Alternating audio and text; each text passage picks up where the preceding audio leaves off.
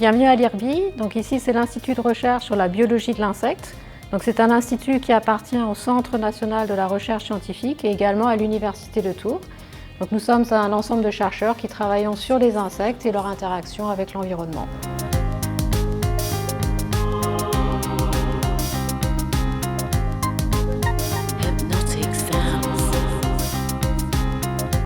Nous sommes ici dans le vignoble, donc dans la région Centre-Val de Loire, donc pour parler d'une problématique liée à un ravageur de cette vigne. Donc ce ravageur s'appelle la tordeuse de la vigne ou le ver de grappe ou encore l'eudémis.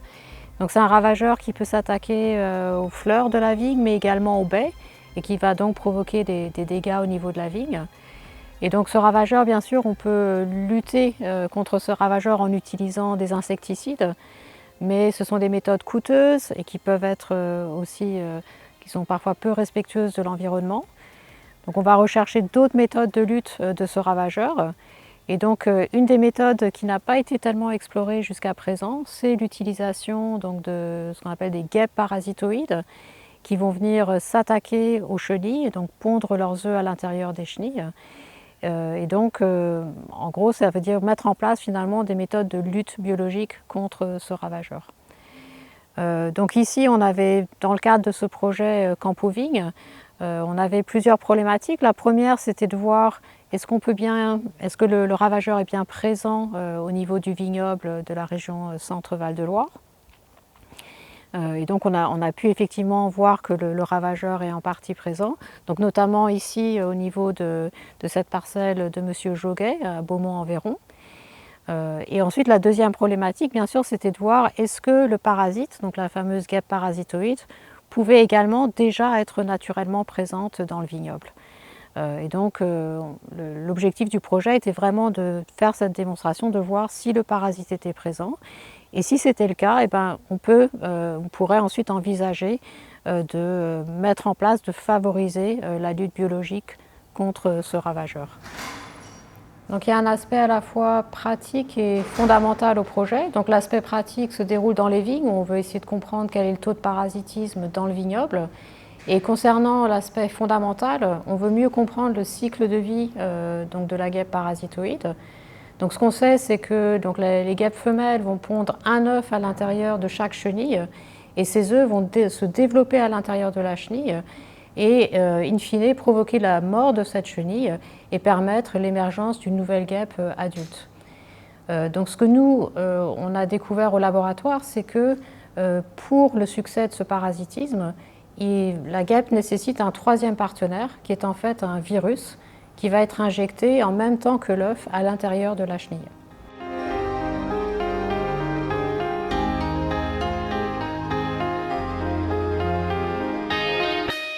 Un grand nombre de guêpes parasitoïdes utilisent comme arme biologique un virus intégré dans leur génome. Ce virus est produit dans les ovaires de ces guêpes.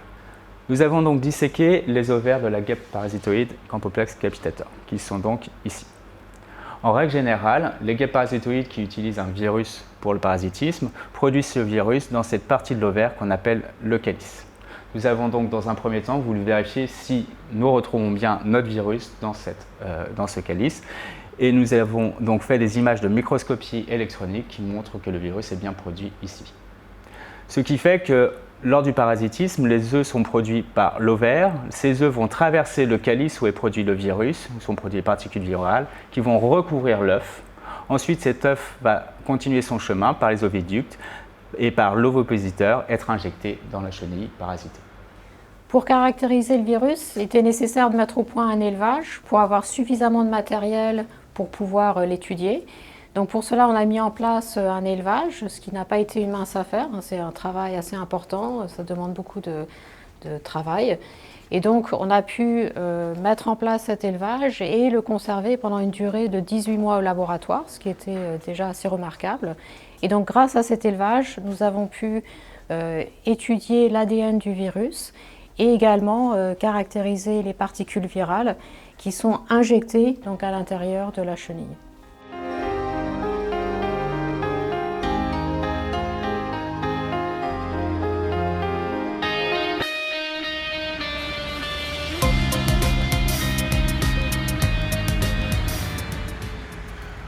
Donc ici dans les boîtes, on a des guêpes parasitoïdes qui proviennent du coup de l'échantillonnage dans le vignoble.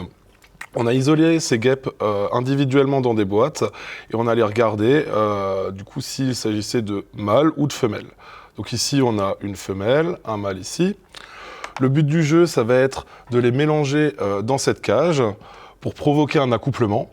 Car en fait, une femelle non accouplée va pondre uniquement des œufs mâles. Et donc, on n'aura plus de femelles dans la descendance. Donc, le but du jeu ici, c'est de provoquer l'accouplement pour avoir des femelles dans la descendance. Alors, avant ça, ce qu'on va faire, c'est qu'on prend un petit coton humidifié, on rajoute un petit peu de miel sur ce coton, donc pour apporter de l'humidité et de l'énergie à nos guêpes parasitoïdes. Alors, on va placer ce coton dans la cage. Voilà. Pour ensuite aller récupérer nos petites boîtes avec nos guêpes mâles et femelles et venir les ouvrir dans la cage d'élevage. Donc ici, on a les chenilles Lobesia botrana, donc qui sortent de l'élevage. Ici, on a des chenilles qui ont environ 1 mois après la ponte des papillons, donc ils sont au 4e stade larvaire. Donc on va essayer de récupérer ces chenilles dans les boîtes. Alors pour ça, on a des petites pinces ou un pinceau. On va venir récupérer la chenille. Alors avec le pinceau, le but du jeu, c'est d'attraper le fil de soie de la chenille, ce qui n'est pas toujours très évident. Voilà, donc là on a la chenille ici, on va la mettre dans cette petite boîte. Donc comme vous voyez ici, on a déjà quelques-unes. Et on va aller prospecter un peu plus dans cette boîte et on va en chercher d'autres. Voilà. Alors le but du jeu aussi, c'est de ne pas les blesser. C'est pour ça qu'on utilise le pinceau plutôt que la pince, même si c'est un peu plus compliqué. Donc une fois qu'on a attrapé un nombre assez important de chenilles, ce qu'on va faire tout simplement, c'est qu'on va introduire ces chenilles dans la cage de guêpes en espérant qu'une femelle, du coup accouplée, va bien pondre ses œufs à l'intérieur. Voilà. Donc on va mettre ces chenilles à l'intérieur. Et pour faciliter l'accès aux guêpes, on va éventuellement les sortir de la boîte.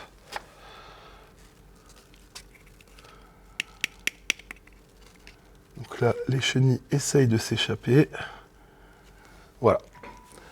Donc à ce moment-là, on referme la cage d'élevage et on va tout simplement laisser 2-3 heures ces chenilles en contact avec les guêpes et laisser la nature se faire.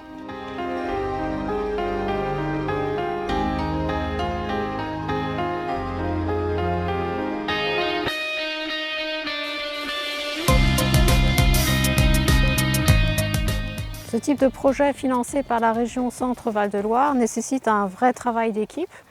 Donc nous avons besoin, nous les chercheurs, d'être mis en relation avec les gens du terrain, notamment le viticulteur qui nous donne accès à ces parcelles, mais également des techniciens qui vont nous conseiller sur le meilleur moment pour venir dans les vignes.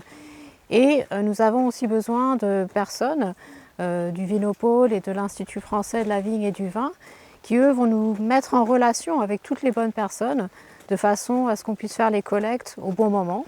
Et notamment, c'est le rôle qu'a joué Guillaume du Vinopôle et de l'Institut français de la vigne et du vin, qui nous a mis en relation avec toutes les bonnes personnes pour faire les collectes au bon moment. Donc on était en relation avec les partenaires de terrain qui avaient une problématique. On connaissait aussi les partenaires universitaires qui voulaient travailler sur ces thématiques-là. Donc on les a mis en commun pour pouvoir monter un projet rapidement et puis qu'ils puissent travailler ensemble pour avoir un terrain d'expérimentation pour la recherche et aussi trouver une solution rapidement pour les viticulteurs. L'intérêt de ce projet, c'est de pouvoir répondre à une problématique locale de vers de grappe qu'on peut retrouver par-ci, par-là dans le vignoble. Donc là, c'est une vraie problématique de terrain où les viticulteurs sont confrontés à ce souci de vers de grappe. Ils veulent y répondre de façon la plus respectueuse de l'environnement possible, d'où l'intérêt de ce projet de trouver un axe de lutte biologique contre ces ravageurs. Le Vinopôle, c'est une plateforme qui rassemble tous les acteurs de la filière vitivinicole. On est au service de la filière vitivinicole et on rassemble tous les partenaires, que ce soit des entreprises privées, des laboratoires universitaires, des laboratoires de recherche pour répondre à des thématiques de terrain posées par les viticulteurs. Donc on met tout le monde autour de la table pour discuter de ces sujets-là et trouver des solutions innovantes à ces thématiques de terrain. Historiquement, en fait, le ver de grappe, le principal problème qu'il posait, c'était la pourriture. En fait, donc la solution, c'était de traiter avec des anti-pourritures. On faisait 1, 2, 3 traitements anti-pourriture pour contrer ça. Et aujourd'hui, comme ces produits-là en fait, sont moins utilisés, les viticulteurs retrouvent aussi un intérêt à améliorer la lutte contre le ver de grappe. D'où le développement de systèmes comme la confusion sexuelle, voire des traitements ciblés et menés de façon très technique, quoi, très efficace. Il y a quelques années, on avait des lobésias sur quelques secteurs un petit peu arides, de gravier, de terrain un petit peu chaud. Et avec les années plus chaudes qu'on vient de vivre, on a une généralisation de l'insecte sur pas mal de secteurs du vignoble. Depuis le début de ma carrière, début des années 90, j'ai passé beaucoup de temps à faire de la surveillance, de l'observation, mettre en place des réseaux de piégeage. Donc ça m'a permis d'identifier des secteurs où les viticulteurs ont des problématiques de lobésia. Plus récemment, il y a des îlots de lutte par confusion sexuelle qui sont installés. Donc sur ces secteurs-là, ce n'était pas possible d'aller faire des prélèvements. Donc j'ai pu guider Ingrid et son équipe sur quelques secteurs où ils auraient la possibilité de trouver facilement des chenilles pour l'étude. Et donc on a travaillé sur le Bourgueillois, le Chinonais. J'avais même proposé dans le Poitou, où je travaille aussi. Alors au départ, on était parti sur effectivement collecter des chenilles sur toute la région, sur beaucoup de parcelles en région. Mais on s'est vite rendu compte que ça allait être compliqué du fait justement de la période de collecte qui est courte, d'une semaine. Et donc pour ça, justement, Jérôme Nuffillon nous a beaucoup aidé à nous concentrer sur des zones avec des historiques de lobésia. Donc ici, on a à peu près 3 générations de lobésia qui durent à peu près 2 mois et demi. Les premières chenilles, on les repère au mois de juin. Ensuite, les chenilles de deuxième génération plutôt fin juillet et la troisième génération plutôt au mois d'août. Donc la difficulté, effectivement, c'était de tomber sur cette première génération avec des chenilles, de trouver donc des chenilles de première génération. Et ensuite, donc, au laboratoire, de pouvoir identifier des campoplex qui ont parasité les chenilles. Parce qu'effectivement, il n'y a pas forcément de parasitisme sur toutes les chenilles. Alors les dégâts provoqués par la chenille dépendent en fait de leur génération. Donc à la première génération, les chenilles font ce qu'on appelle des glomérules et ensuite à la deuxième génération, les vers rentrent dans les grains et c'est à ce moment-là que ça provoque de la pourriture grise. Nous, ce qui nous a intéressé, c'était justement la première génération au moment des glomérules parce que en fait, les parasitoïdes arrivent plus à parasiter les chenilles à ce moment-là. Et c'était important d'avoir la relation avec le terrain parce que nous, il fallait qu'on se prépare à venir pour tomber sur le bon stade larvaire. Et dès que les gens du terrain nous disaient qu'il y avait des chenilles dans les vignes, on se préparait à venir dans la semaine qui suivait. Alors la difficulté, c'était de tomber sur le bon cycle, le bon niveau de développement de la chenille. En effet, la chenille fait des dégâts dans les vignes, elle fait plusieurs générations. Alors le stade larvaire qui nous intéresse est assez court. Ce sont des chenilles de première génération, mais des chenilles qui ont déjà un stade de développement assez avancé. Donc il fallait tomber au bon moment. Donc cette période dure environ 1 semaine à 15 jours. Donc le lien avec le Vinopôle a été très important puisque ça nous a permis d'aller sur le terrain et d'identifier des viticulteurs où il y avait des problématiques de chenilles. C'est la 4e année qu'on récolte ici chez M. Joguet dans ses parcelles à Beaumont et vraiment on a récupéré beaucoup de chenilles, cette année en particulier. Donc là maintenant il faut faire le bilan au laboratoire.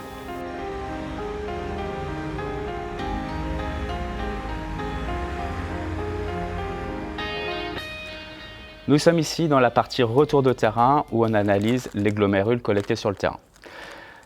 Un glomérule, c'est donc la présence d'un nid où plusieurs grains ont été rassemblés par la chenille par la soie produite. Et l'objectif est de vérifier dans chaque glomérule collecté s'il y a bien la présence d'une chenille dans le glomérule.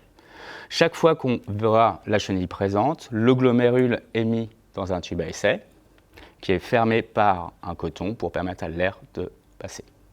Ces tubes sont mis dans des racks comme ça et sont restés en attente. Et chaque jour, on vient vérifier l'émergence. La chenille qui a été collectée peut être soit non parasitée, soit parasitée par la guêpe parasitoïde Camphopex capitator. Si la chenille n'a pas été parasitée, on va voir, si on regarde, la plupart du temps, il ne se passe rien. On doit revenir le lendemain. Et si la chenille n'était pas parasitée, on doit voir un papillon apparaître. Ici, on voit bien un papillon qui est dans le tube. Et donc, cette chenille n'était pas parasitée. Et si la chenille était parasitée, à l'émergence, on voit présence de la guêpe parasitoïde dans le tube. Ici, il y a bien la guêpe qui est présente. Et donc, cette chenille était parasitée. On peut ainsi comptabiliser le taux de parasitisme sur le terrain de la chenille par la guêpe parasitoïde. Il peut y avoir de la mortalité, donc on peut louper des événements de parasitisme. Du coup, quand on est sur le terrain, on va également récupérer des chenilles qui vont être congelées. Et ensuite, à partir de chaque chenille individuelle, on va faire des extractions d'ADN pour voir si on retrouve de l'ADN du parasite au niveau de ces chenilles. Donc ça nous permet d'avoir une meilleure idée du taux de parasitisme sur le terrain et également donc, de détecter donc, ces chenilles parasitées qui auraient pu succomber dans notre élevage. Pour la partie biologie moléculaire, on a récupéré une partie des échantillons qui ont donc été récupérés dans le vignoble, qu'on a isolés individuellement dans des tubes à essai. Donc à partir de ces tubes à essai, on va extraire l'ADN de la chenille, toujours individuellement. Une fois l'ADN extrait grâce à un robot, on va effectuer des PCR. Alors ces PCR, en fait, c'est une technique assez simple qui nous permet d'amplifier une partie de l'ADN qu'on a extrait. Et à partir de cette partie d'ADN, on va effectuer un séquençage qui va nous permettre d'identifier l'origine de cet ADN. Et ainsi, on va pouvoir identifier le ravageur, a priori l'Obesia botrana, et n'importe quel parasitoïde qui aurait pondu leurs œufs à l'intérieur de cette chenille. La partie d'échantillons qui ont été utilisés pour l'approche de biologie moléculaire ont été stockés individuellement dans des petits tubes. Donc pour identifier ces échantillons, on va faire une approche qu'on appelle de métabarcode, qui est en fait l'utilisation d'un morceau de séquence d'ADN présent dans l'échantillon pour identifier l'échantillon. Donc une deuxième problématique qu'on a, c'est qu'on a affaire à beaucoup d'échantillons, donc on a plus d'1 millier d'échantillons, et il va falloir les analyser en simultané. Alors ce qu'on va faire, c'est qu'on va dans un premier temps s'occuper individuellement des échantillons, donc on va prendre chaque échantillon individuellement, on va extraire l'ADN, on va amplifier une partie d'ADN qui nous intéresse justement pour le métabarcode, et avant d'envoyer à séquencer, donc le séquençage c'est ce qui va nous permettre d'obtenir cette information, on va devoir mélanger tous les échantillons. Alors, on mélange tous les échantillons, le problème c'est qu'il va falloir reconnaître en fait quel échantillon provenait de quel vignoble, de quelle année, etc. Donc pour ça, on va rajouter un petit marqueur qui va être spécifique à chacun des échantillons, qui va nous permettre, après séquençage, de retrouver l'ADN qui correspondait à tel ou tel échantillon. Du point de vue recherche, on est très content parce qu'avec les 4 dernières années de collecte, on a pu collecter environ 1000 chenilles et on a pu vraiment démontrer que la guêpe parasitoïde est présente dans le vignoble régional. Et donc l'idée maintenant va être de voir si on peut favoriser la présence de cette guêpe parasitoïde et mettre en place des programmes de lutte biologique par conservation. Moi maintenant j'ai changé de métier, je suis chef de culture dans un domaine viticole à Bourgueil et on a quelques parcelles avec des problématiques Lobesia, donc si des études sont faites sur le terrain, sur des parcelles pour arriver à identifier les environnements, les pratiques qui peuvent favoriser la présence de ces insectes, moi je suis partant pour une nouvelle aventure. Très bien. Justement, ce qu'on pourrait envisager, c'est de voir mieux comprendre de quoi se nourrit la guêpe parasitoïde, ce qui permettrait peut-être de mettre des plantes qui attiraient ces guêpes parasitoïdes dans le vignoble. Et un autre aspect qui nous intrigue beaucoup, c'est comment se fait l'hivernation à la fois du ravageur et de la guêpe parasitoïde. Si on comprend peut-être comment se fait cette hivernation, ça pourrait être aussi un moyen de lutte contre le ravageur. Moi, je suis très motivé pour mettre à disposition des parcelles et poursuivre l'étude qu'on avait déjà faite ensemble. Voilà.